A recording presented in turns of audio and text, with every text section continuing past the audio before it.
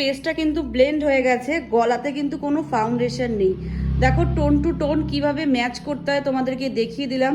ফেসে কিন্তু ফাউন্ডেশন আছে, বাট গলাতে কিন্তু এখনো ফাউন্ডেশন আমি অ্যাপ্লাই করিনি।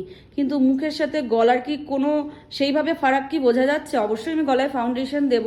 তো এর জন্যই বলা হয় টোন টু টোন ম্যাচ করে মেকআপ করতে কিরকমভাবে আমি শেডটা ক্রিয়েট করলাম এবং কেমন করে ওর পারফেক্ট শেডটা আমি আনলাম সেটা তোমরা দেখতেই পাচ্ছ।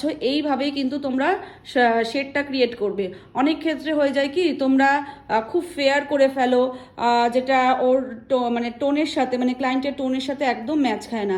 তো এইটা কিন্তু আমি সেই কারণেই ভিডিওটা করছি। গলার সাথে ফেস দেখো একদমই মিল, মানে কতটা শেড মিল দেখা বোঝাই যাচ্ছে। আমি গলাতে কোনো রকম ফাউন্ডেশন দিইনি, ফেসে কিন্তু আমার ফাউন্ডেশন পড়ে গেছে। এটা এই জন্যই তোমাদেরকে অবশ্যই স্কিন টোনের সাথে ম্যাচ করে মেকআপ করতেই হবে, নাহলে কিন্তু মুখ আর মুখোশ ব্যাপারটা হয়ে যাবে, মানে একটা মেকআপ করা হয়ে যায় যেটা আজকালকার দিনে একদমই চায় না, সেই এফেক্টটা কিন্তু চলে আসবে। এবার আমি গলাতেও ফাউন্ডেশন অ্যাপ্লাই করব।